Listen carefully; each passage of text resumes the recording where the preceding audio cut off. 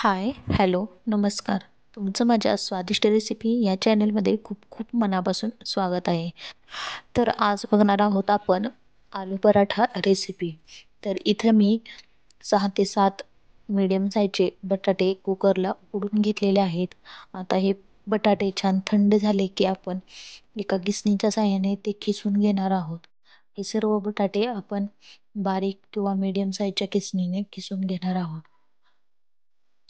बटाटे हे चिरून शिजण्यासाठी घालायचे नाहीत. हे बटाटे आपण अख्खे घालणार आहोत आणि बटाटे छान थंड झाले की मगच नंतर आपण ते बारीक किसून घेणार आहोत.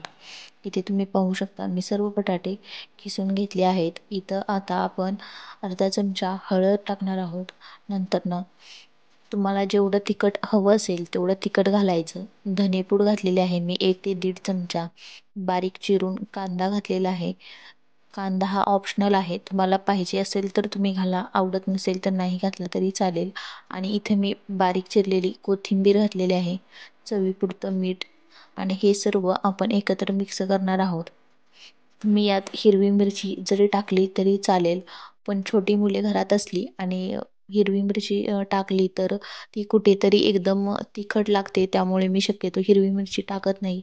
मी लाल तिखट किंवा तांबडं तिखट वापरते.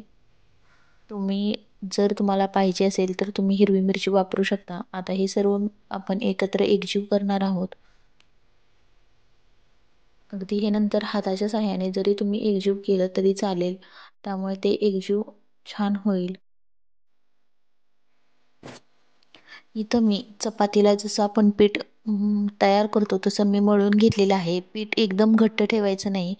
पीठ जर घट्ट ठेवलं तर बटाट्याची भाजी एकदम मऊ असते आणि पीठ जर कठीण असेल तर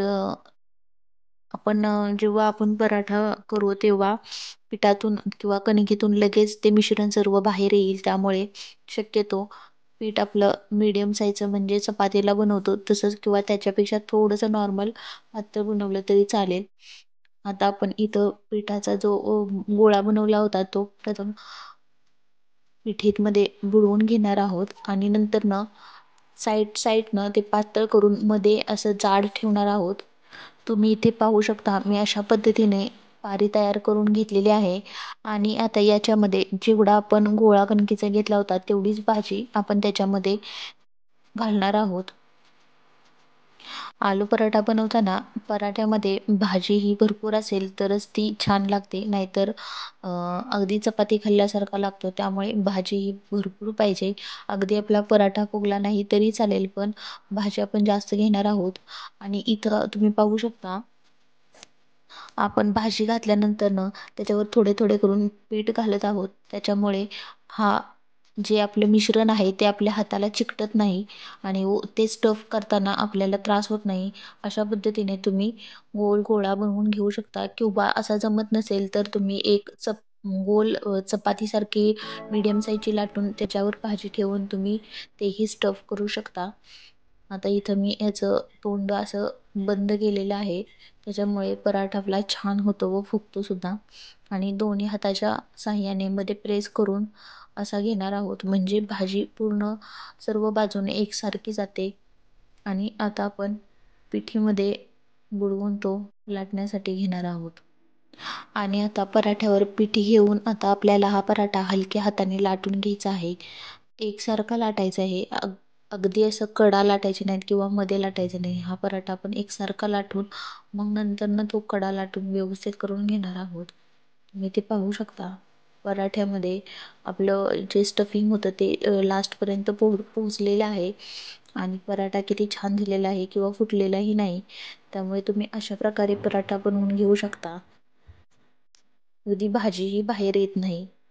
आणि नंतर आपण त्याचे साईडचे कोपरे लाटून घेणार आहोत जेणेकरून तो पराठा छान पातळ होईल. पराठा खूप छान आपला लाटून झालेला आहे. आता आपण हा भाजण्यासाठी टाकणार आहोत. इथं मी तवा गरम करण्यासाठी ठेवलेला आहे. तवा छान गरम झाला की आपण त्याच्यामध्ये पराठा टाकणार आहोत आणि दोन्ही बाजूने छान क्रिस्पी लालसर भाजून घेणार आहोत. आता हा पराठा दोन्ही बाजूने भाजून घेणार आहोत. एका बाजूने छान भाजला की आपण तो टर्न करून एकसारखा हलवून एकसारखा भाजून घेणार आहोत. तुम्ही पाहू शकता अगदी पराठा आपला फुटलेला नाही आणि थोडा थोडा करून फुलत आहे. व्हिडिओ जर तुम्हाला आवडला असेल तर नक्की लाईक करा, शेअर करा आणि चॅनेलवर नवीन असाल तर नक्की सबस्क्राईब करा. पुन्हा एकदा भाजून घ्यायचा म्हणजे छान क्रिस्पी होतो. असा पराठा तुम्ही नक्की करून पहा. आता इथं मी 2 मीडियम साईजचे पराठे बनवून घेतलेले आहेत.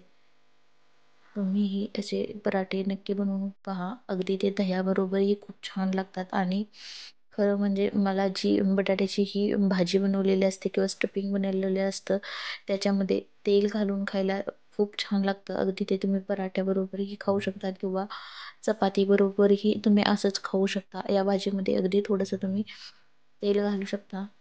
धन्यवाद.